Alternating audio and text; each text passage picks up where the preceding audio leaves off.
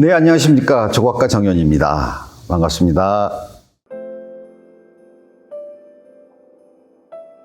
대부분이 한국에서 대학원을 졸업하고 유학을 이제 가게 되죠. 파리 같은 경우에는 그 학교가 3학년, 4학년 뭐 이렇게 편입이 되는 게 아니라 에콜 드 보자르라는 학교에 1학년부터 들어가니까 뭐 당연히 그 시간에서 오는 것들이 있으니까 굉장히 부러워했는데 그것이 아주 쉽게 이제 무너지는 것이 그게 뭐냐면은 네가 얘기하려고 하는 것이 본인은 나는 담았다고 생각을 하는데 철학적 사유나 시적 상상력이 안 보인다. 예술에서는 그게 굉장히 중요한 요소인데 그게 아니라는 얘기를 해요. 그래서 굉장히 이제 충격적인 거죠. 물론 저는 대학교 때나 뭐 이런 거는 어떤 리얼리즘에 경도되어 있었고 물론 거기서 굉장히 많이 벗어나려고 노력을 했지만 그것이 보여지는 이제 답답함들이 보였었나 봐요. 그래서 그것을 벗겨내는 일. 그런 일들을 시작한 시기가 아니었나. 더 예술에 가까워지기 위해서 나의 쓸데없는 껍데기들을 얼마만큼 더 벗을 수 있을까. 그리고 벗도록 노력하는 그 과정의 시발점이 바로 유학이라는 걸 통해서 됐고, 그래서 그 작업의 진행 과정이라든가 이런 그 생각하는 과정들이 거기서부터 이제 또 새롭게 출발을 했지만 그것은 나한테 익숙했던 게 아니거든요. 거기서는 잘 그리는 건 중요하지가 않아요. 좋은 것이 중요합니다. 좋은 것이라는 건 자기 감성으로부터 출발된 것들이 어설프지만 어설픈 대로 자기의 감성들을 드러낼 수 있도록 노력하는 표현들을 해내려고 노력하는 그런 과정을 이제 제가 보게 된 거죠. 조각에는 우리는 헤라로 일테면 주곡이라고 얘기하는 조석과 용 헤라들이 있는데 그 헤라가 모든 걸 할 수 있다는 것 자체는 그만큼 기능이 뛰어나다는 것이고 그 기능은 아카데믹한 것들이라고요. 그래서 나의 아카데미성을 버리기 위해서는 이 헤라를 버려야 되겠구나. 그래서 내 감정에 와닿는 도구들을 찾았죠. 그게 바로 이제 쇳덩어리로 어떤 형태를 만들고 그걸 이제 두들기면서 그 두들겼을 때 가지고 있는 그 단단함과 그 중력들의 힘 이런 것들이 내 감성하고 와닿기 시작을 하더라고요. 그게 이제 제 작품이 사실에서 시민적인 조각으로 바뀌어가는 중요한 모티브가 됐었던 것 같아요. 그리고 이제 그런 식으로 해서 메스를 내 감성의 중량만큼이나 거기에 걸맞는 도구가 필요한 거고 그 도구들이 결국은 흙이라는 진료에 맞닥뜨리면서 얻어지는 것들로 출발을 해왔고요. 또 하나가 있다면은 내가 이제 벗어야 될 것들이 무엇인가. 나의 제일 무서운 게 그동안 습관화되어 있었던 것들인데 그 습관화되어 있던 것들을 벗기기 위해서 하나씩 하나씩 나의 살점들을 뜯어내는 기분으로 벗기기 시작을 해요. 그래서 뼈만 남았을 때의 가장 본질과 실존의 근간이 되는 것들이 무엇인 건가. 그런 것만 가지고 이야기를 해보자 하면서 섞고 직조를 했죠. 그건 메스하고 달리 선만 가지고 작업을 하게 됐습니다. 그래서 그런 작업들이 드러나게 됐습니다. 내가 왜 쇳덩어리를 들고 흙을 쳐대겠는가. 이게 뭘 만들어내려고 하지 않고 뭔가 감정을 그대로 직발적으로 던지려고 하는 건가. 근데 만들기와 던지기. 툭 던지는. 그 던짐은 자기 감정에 있었던 것들이 충분히 있을 때만이 가능한 그런 것들이겠죠. 그런 것들을 던졌을 때 그 감정을 전달을 하려고 그러는 것이지 뭔가를 만들어내려고 하는 건 아니었단 말이죠. 그래서 만들기와 그 던짐의 차이, 저한테는 굉장히 중요한 겁니다. 그랬을 때 그거는 때로는 원하지 않는 형태들이 나올 수가 있어요. 던졌을 때 그 방향에서 나오는 그 운동들이 때로는 원하지 않는 것들이 나오면서 불규칙한 것들이 나타나고 그러면서 그 감정을 이제 던진 건데 그것이 대부분 보면 제 작품들은 미완성이었던 것 같아요. 그 미완성이라는 건 뭐냐면은 내 생각이 완전히 정리되어 있지 않았다. 난 지금 이런 감정 속에서 갈등하고 있다. 그래서 갈등과 헤매임을 그냥 드러내는 게 혹시 작품은 아닐까라고 저는 평소 생각을 많이 해요.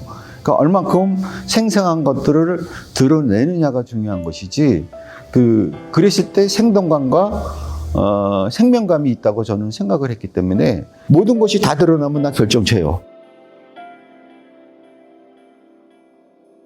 어느 30대 초에 중반인가 침묵을 한번 봤는데 내가 이게 흙 작업을 하면서 많은 고민들이 침묵 속에 있는 거예요. 침묵이라는 것이 무엇이냐면은 이제 그 엄청난 무게를 견뎌낸 제 밑바닥에 있는 것들이잖아요. 그게 단순히 그냥 있는 게 아니라 그 밑에 이제 파쇄석이라고 하는 돌들이 있는데 그게 이제 계속 바퀴가 지나갈 때마다 찍히죠. 그리고 돌들은 또 충격이 가서 또 움직이고 또 움직인 상태에서 또 다른 방법을 이것이 가지고 있는 그 불규칙한 찢겨 있는 모습들, 찢김들이 마치 나의 어떤 시련 같기도 하고 저거는 뭐 감히 정연히 살아온 그 고민들보다 훨씬 더 큰 것들이 있어. 저거 자체가 이미 조각이다라는 생각을 했어요. 그래서 그걸 가지고 뭔가 해봐야지. 근데 나는 그것을 할 만한 내공이 너무 부족했고 그러다가 오랜 시간이 좀 지나놓고 보니까 난 혹시 그동안 고민의 성숙 과정이 좀 커지지 않았나? 라는 생각이 들면서 이제 침묵 작업을 하게 된 거죠. 어떻게든지 저거가 내가 너무 마음에 드니까. 그래서 시작을 했고, 그래서 초기에는 저 침묵, 나무는 깎아야 돼. 좋아. 그 침묵이 굉장히 강한데 저거를 도끼질을 좀 해봐야겠는데. 그래서 그거를 찍어서 깨내는 거였던 거예요. 그러니까 내가 아카데믹이 생각했다면 끌을 생각했었겠죠. 근데 나는 이제 아카데미는 이제 벗어났으니까 도끼를 찾은 거고 그 도끼로 이제 찍어서 작업을 이렇게 초기에 했었어요. 그러다 보니까 내 얘기가 너무 잘 드러난 거야. 근데 침묵이 안 보여. 침묵을 많이 깨버렸으니까. 그 사이를 후벼 팠으니까. 작품은 좋으나 내가 왜 침묵을 선정했는지. 그 침묵의 그 질감들이 많이 없어져 버리니까. 그러니까 침묵에 대한 존중은 침묵을 고스란히 드러내야 되겠다. 그래서 아주 인체 형상의 단순한 것만 딱 잘라가지고 결국 단순 형태. 제가 흙 작업에서 질감 하나하나 붙이고 깎고 호벼 팠었던 거하고는 전혀 다른 단순한 형태가 나올 수 있었던 거는 질감을 많이 보여주기 위해서 그 질감 속에 침묵의 목생이 다 들어있다. 그리고 나는 그 시련이 다 들어있다라고 생각하기 때문에 그런 단순 구조가 나올 수밖에 없었던 거고 그러면서 작업 전개가 서 있는 사람들이 가지고 있는 단순성들이 다 존중하자. 침묵을 살아온 질감들을 질감은 정신이니까 질감은 역사니까 시간이니까 그래서 그걸 드러내려고 이렇게 단순 구조로 나올 수밖에 없었던 것이요. 그러면서 조각이라는 거는 똑같은 형태를 어떤 재료로 썼느냐에 따라서 전혀 다른 이미지와 이야기와 모든 것이 완전히 달라지는 것들을 이제 알게 됐어요. 이 침묵 작업을 많이 했는데 여기 이제 작업들은 두 다리와 몸통 그리고 가운데에 단전서부터 끌고 올라가는 어떤 정신적인 시련만큼이나 강한 정신들이 연결돼서 이루어지는 시련들을 다 잘 이겨낸 정신성을 얘기를 한 거거든요. 근데 작업을 많이 하다 보니까 다른 생각이 들더라고요. 가운데 저로는 분리시키자.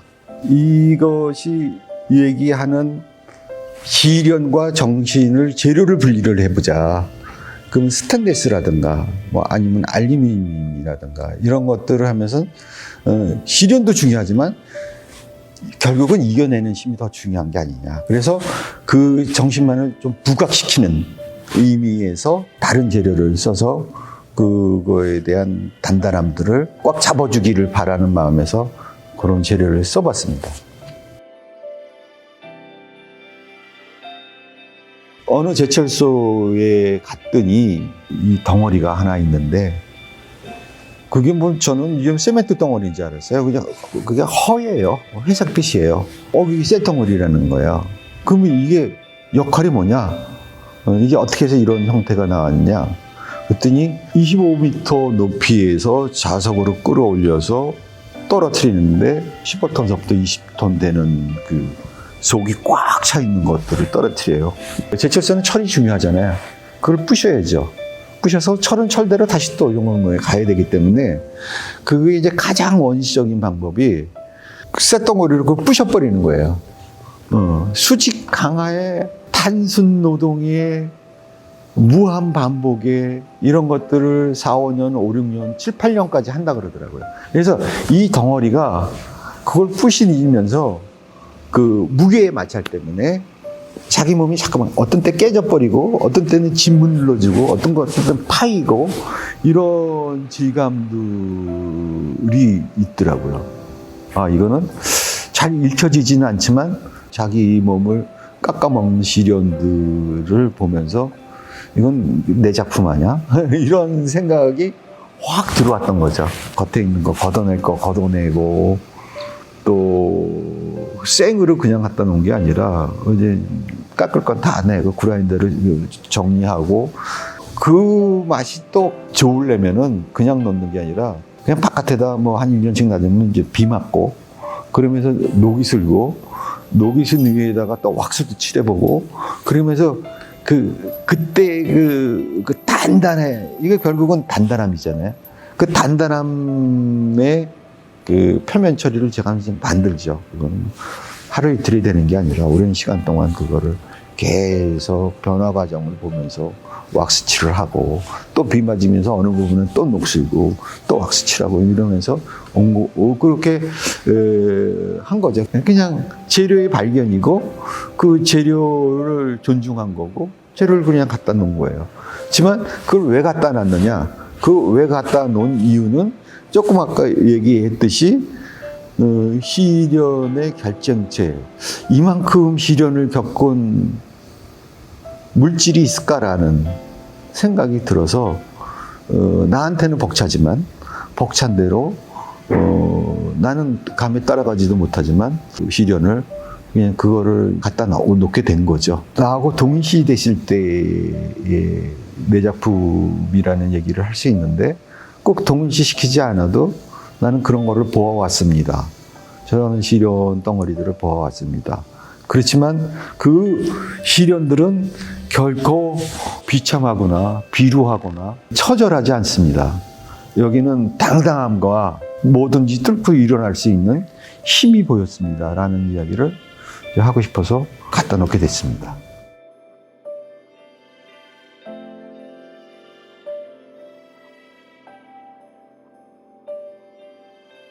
뭐 한전에서 입찰을 통해서 어디서부터 어디까지 전보센터를 꽂고 전선을 연결해주고 뭐 이런 일을 했어요. 근데 저희 형제가 9이거든요. 근데 9을 대학교를 이제 보내신 거죠. 저희 아버지하고 저와는 아직도 한마디 대화도 기억이 안 나요. 오로지 일만 하셨던 사람이에요.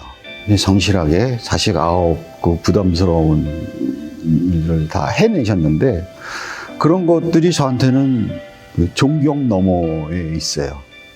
대화가 기억은 나지 않지만 그렇게 사셨던 아버님에 대한 존경, 그 사업을 하셨던 것들에는 그 상징적인 게 그냥 저는 전보산 때로 보였고 전보산 때는 심지는 않았어요. 전선을 연결하셨던 거고. 그렇지만 내가 그동안 생각해 왔었던 어떤 상승과 그 당당한 뻗어 올라감하고 그 정보산 때가 일치가 되더라고요. 정보산 때만 있지만 이제는 그 다음에 철조로 작업을 했어요. 철조 작업은 철근 중에서 그 또 역사가 있어요. 그 철근이 살아온 철생이 있는데, 예를 들어서 주물공장에서 거푸집 위에 그걸 단단하기 위해서 철근을 용접을 하고 그 안에 있는 쇳물을 다 부은 다음에 이제 깨부시기 위해서 그거를 뜯어내죠. 망치로 치면 뜯어지면은 그 용접 자국들이 있어요. 그 용접 자국을 손톱만한데 그것이 형태들이 다 달라요. 손톱만한 것이 불규칙하게 여기저기 붙어 있는데 이것도 시련의 시 같은 느낌이 들었어요. 아주 시적이었더라고요. 그래서 그거를 높이 세워본 거죠.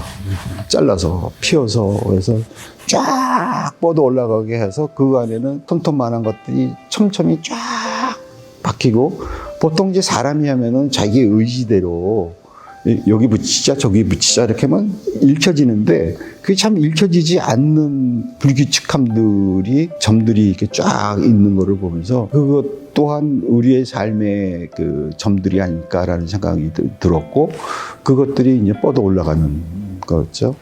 그러다 보니까 멀리서 보면 그냥 천보산 때처럼 선밖에 안 보이더라고요. 그래서 거기에 그 이야기들을 조금씩 더 담기 시작했죠. 지금 성북구립미술관에 있는 거는 그런 점들은 없어요. 그런 점들은 없고 오히려 폐철물점에서 녹슨 것들을 사서 잘라서 이렇게 제가 이렇게 일일이 위치를 잡아서 한 건데, 위치와 각도와 이거는 뻗어 올라가는 것뿐만이 아니라 오히려 거꾸로 위로 상승하는 작업인데 거꾸로 밑으로 이렇게 내려가기도 하고 방향이 뒤엉켜져 있는 상태의 모습이에요. 그래서 그 안에는 끊임없이 갈등들이 뒤엉키면서 올라가는 거지 오름 그 자체는 아니다. 그 사람은 끊임없이 그 갈등과 시련들이 뒤엉켜서 끌고 올라가는 그런 작품들을 한 것이 이제 성북구리 미술관에 있는 작품입니다. 드로잉은 대부분 뭐 그때그때의 감정들이 만들어지는 게 아니라 그 감정들이 충분하면 충분할수록 던져지기는 쉽고, 그래서 드로잉을 하는데 그 하는 이유 자체도 그렇죠. 예를 들어서 조각 같은 경우에는 하면은 1개월, 2개월, 3개월씩 걸리는 것들이 많아요. 하지만 그 안에는 많은 그 감성의 변화들이 있죠. 그 조각하고 직접 관련되어 있지 않는 감성들도 있고, 그걸 끄집어내고 싶어하는 여러 가지들이 있는데, 그 일단 정해놓은 조각 속에서는 한계가 있기 때문에 제가 드로잉을 쭉 해왔지만 좀 더 적극적으로 드로잉으로 밀고 나가고 싶은 거는 내 속에 있는 것들을 그게 전혀 다른 신경선 세포들이 움직이고 있는 것들도 잡아보자. 그래서 그거를 모아보자. 그래서 그런 것들이 모아지면서 또다시 나를 형성시킬 수 있다라고 생각을 하면서 작업을 하죠. 근데 처음에 얘기했듯이 그 감성이 나오기까지는 절대 내 속에 없으면 안 나오는 거니까, 안 나온 게 아니라 나와도 형식적인 거에 머물러 있기 때문에 지금 당장 뭘 넣겠다고 딱 되는 게 아니라 내 속에서 충분히 소화가 됐을 때 그것들이 다시 나올 수가 있죠. 그때는 즉발적일 수도 있지만 즉발적인 걸 만나기 위한 풍부한 것들은 시간이 많이 걸리죠. 그래서 그런 차이가 있을 거라는 생각이 듭니다. 드로잉은 조각을 위한 드로잉이다. 난 조각가니까 모든 걸 조각에 집중해서 모든 걸 만든다라고 생각하면 안 되고, 예술하는 사람들이 나에게 여러 가지를 다 잡아놓고 싶은 그런 마음에서 드로잉을 풍부하게 펼쳐보려고 하는 거죠. 중요한 거는 경험과 이런 것들은 단순간에 얻어지는 게 아니라 오랜 시간을 가지고 있을 때, 그 시간의 축적이 있을 때 그것이 인정이 되더라고요. 그리고 번뜩이는 아이디어가 아니라 시간의 축적, 그 안에 들어있었을 때의 많은 이야기들이 결국은 무게감과 중심감이 생기는 것 같았어요. 그런 재료들을 보면은 그 시간만큼이나 가지고 있던 요소들을 나는 감당하기가 쉽지 않고, 그러면은 저는 제 작품으로 갈 때 그만큼 또 시간이 필요해요.